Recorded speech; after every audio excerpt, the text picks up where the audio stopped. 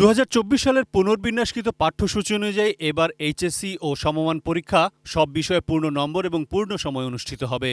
অংশ নেবে ৯,৪৬৩টি শিক্ষা প্রতিষ্ঠানের ১৪,৫০,৭৯০ পরীক্ষার্থী। ২০২৩ সালের তুলনায় এবার পরীক্ষার্থী বেড়েছে ৯১,৪৪৮ এবং শিক্ষা প্রতিষ্ঠান বেড়েছে ২৯৪টি। বুধবার সচিবালয় শিক্ষা মন্ত্রণালয় এইচএসসি ও সমমান পরীক্ষা সুষ্ঠুভাবে শেষ করতে জাতীয় মনিটরিং ও আইনশৃঙ্খলা কমিটির সভা অনুষ্ঠিত হয়। সভা শেষে শিক্ষামন্ত্রী মহিবুল হাসান চৌধুরী নওফেল জানান, আগের মতোই পরীক্ষার্থীদের পরীক্ষা শুরুর ৩০ মিনিট আগে কেন্দ্রে আসতে হবে। পরীক্ষা শুরুর কমপক্ষে ৩০ মিনিট পূর্বে পরীক্ষার্থীদেরকে অবশ্যই পরীক্ষা হলে প্রবেশ করতে হবে।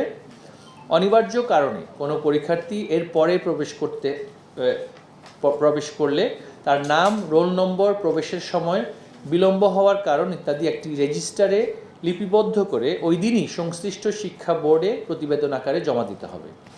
পরীক্ষা শুরুর ২৫ মিনিট পূর্বে SMS-এর মাধ্যমে সংশ্লিষ্টদের নিকট প্রশ্নপত্রের সেট কোড জানিয়ে দেওয়া হবে।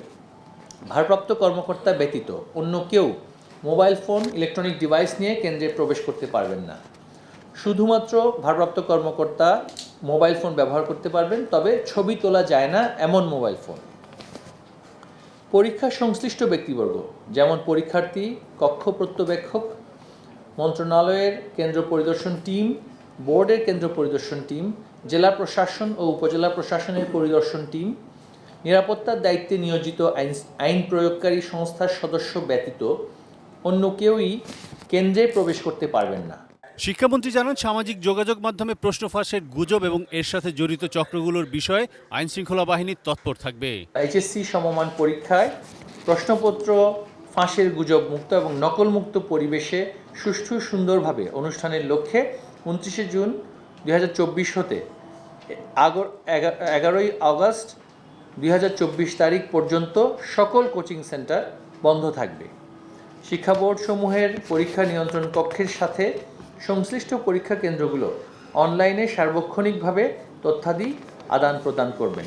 আমরা দৃঢ়ভাবে বিশ্বাস করি এইচএসসি আলিম ও HSC BMT, HSC vocational, diploma in commerce পরীক্ষা শান্তিপূর্ণ ও উৎসবমুখর পরিবেশে অনুষ্ঠিত হবে এবং ছাত্র, শিক্ষক, অভিভাবক সহ সকলের জন্যই গৃহীত ব্যবস্থাসমূহ সন্তোষজনকভাবে কার্যকর হবে।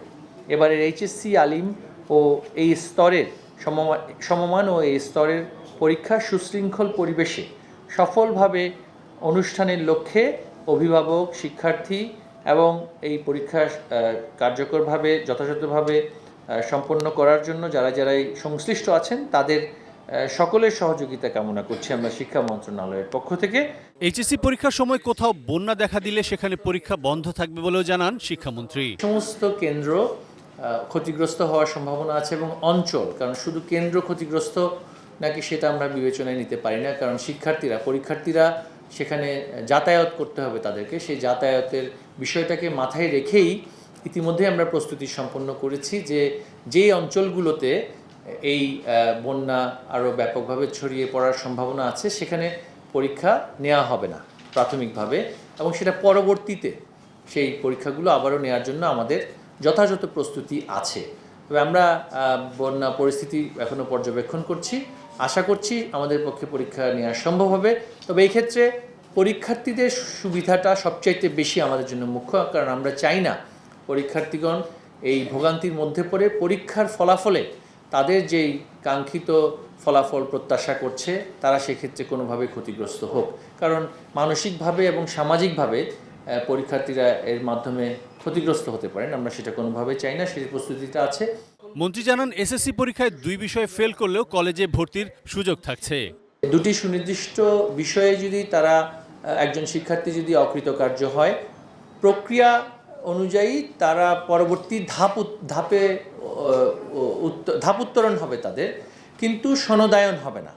অর্থাৎ সেই শিক্ষার্থী পূর্ববর্তী যেই দুটো বিষয়ে সুনির্দিষ্ট মান অর্জন করতে পারেননি বা ধাপ অতিক্রম করতে পারেননি কৃতকার্য হওয়ার দক্ষতার জায়গায়, জ্ঞানের জায়গায়, সেই হিসেবে তারা সেটাকে পুনর্বার পরীক্ষা দিয়ে পরবর্তী উচ্চ ধাপের যে সনদ সেটা অর্জন করবেন।